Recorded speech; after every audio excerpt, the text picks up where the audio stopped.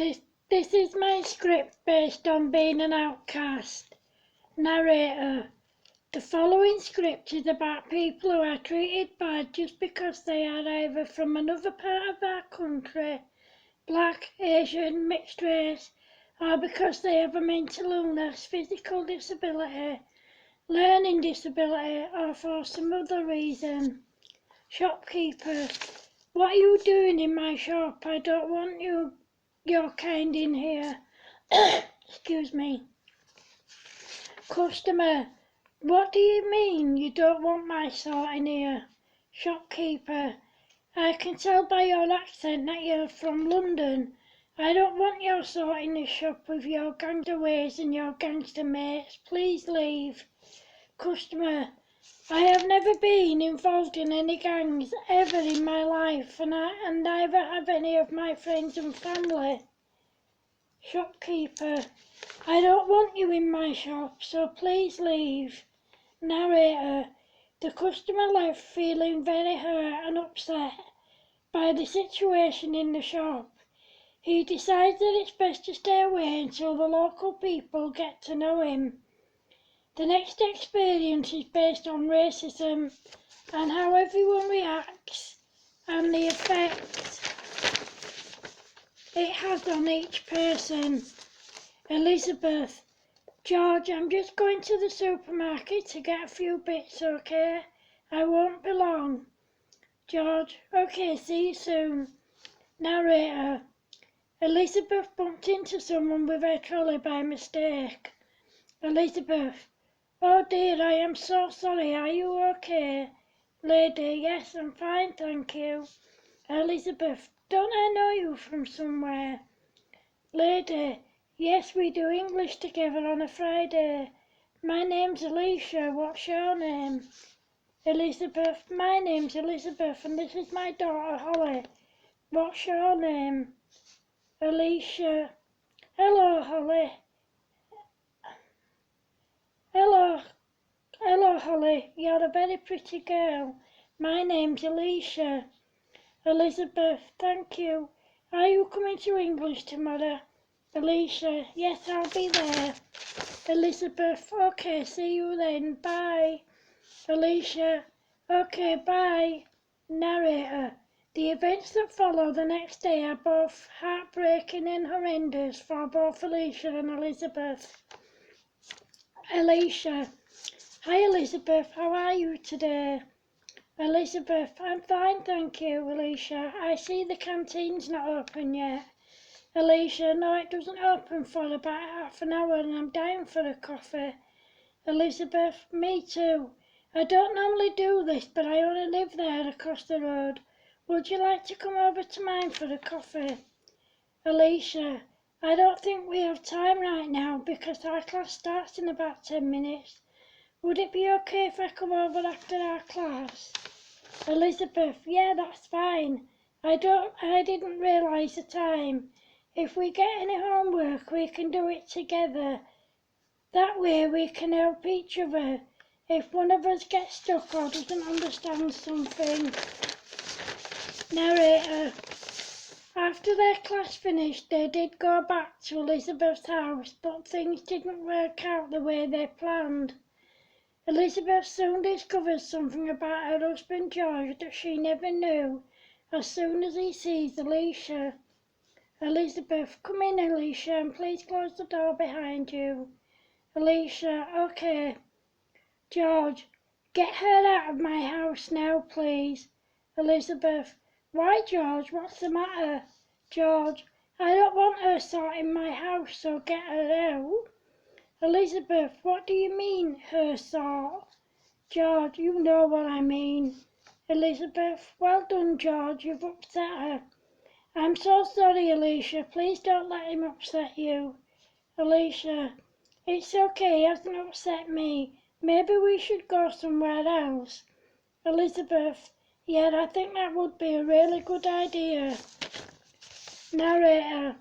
Elizabeth could see that George had really upset Alicia and she felt really bad. After they'd finished studying, Elizabeth went home to confront George.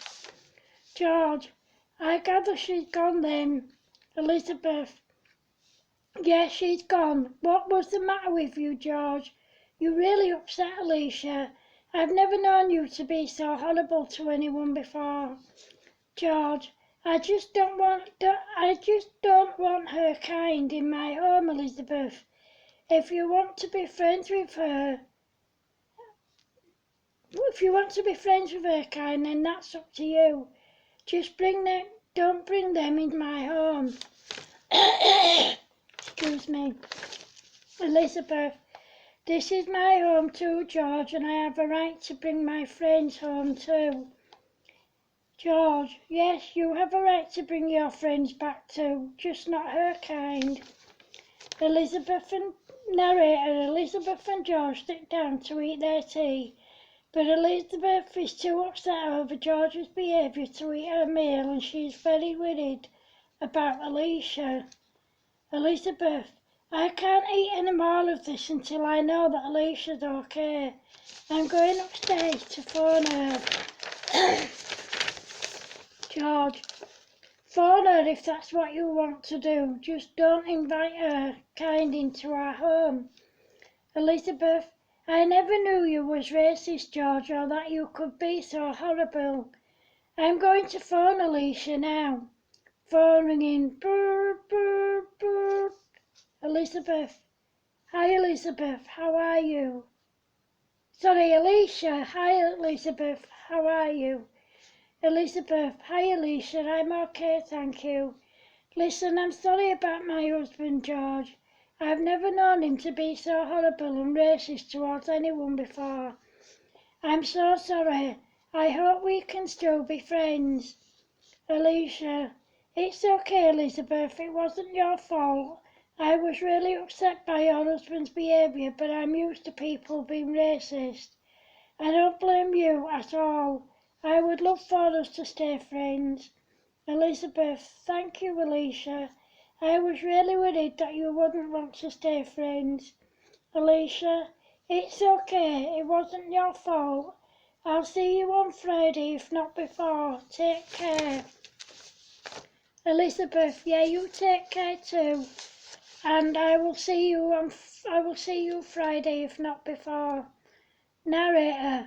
I'm now going to tell you about a lady who is wheelchair bound and had a really bad experience on a bus. Bus driver. Can you get on the bus without the ramp? Louisa. No, I can't. Please, can you put it down for me? Bus driver. No, I can't. I'm in a hurry. I'm sure whoever you're with will help you. Narrator. Louisa's mum had to pull down the ramp to enable Louisa to get on the bus. However, because the bus driver was rushing her, Louisa got her wheelchair stuck. Excuse me. Louisa, driver, please can you help me? I've got my wheelchair stuck and I can't move. Bus driver, no, I can't help you. I have a bad back.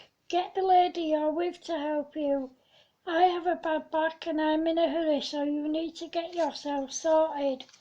Louisa, it's your job to help me, not my mum's. Just job to help me. It's your job.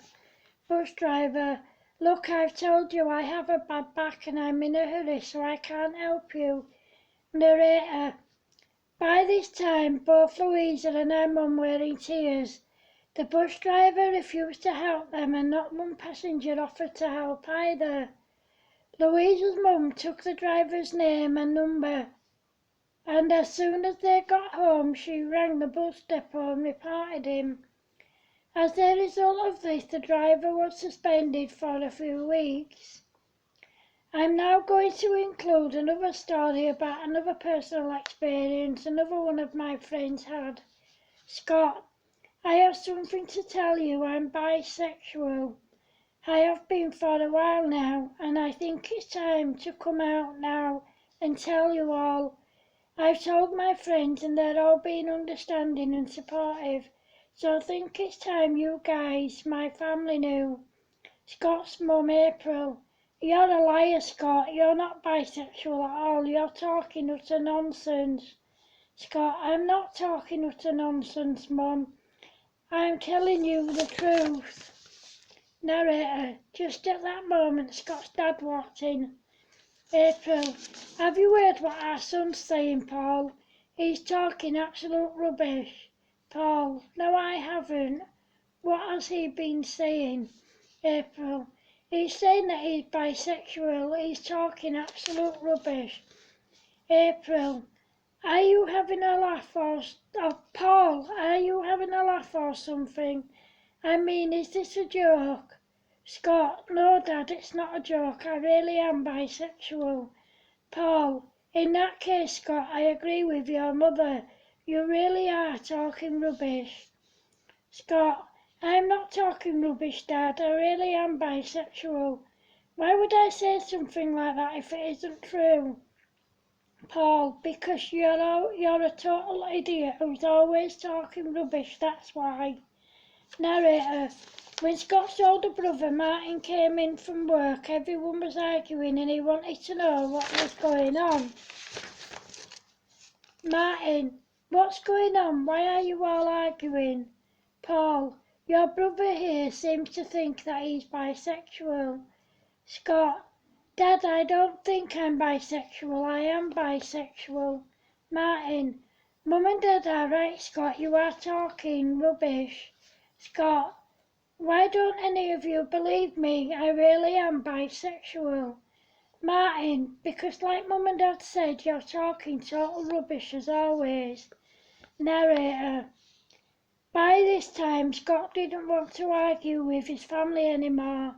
He knew there was no point because they just wouldn't believe him, so he stayed at his friend's overnight. The end. Thanks for watching, guys.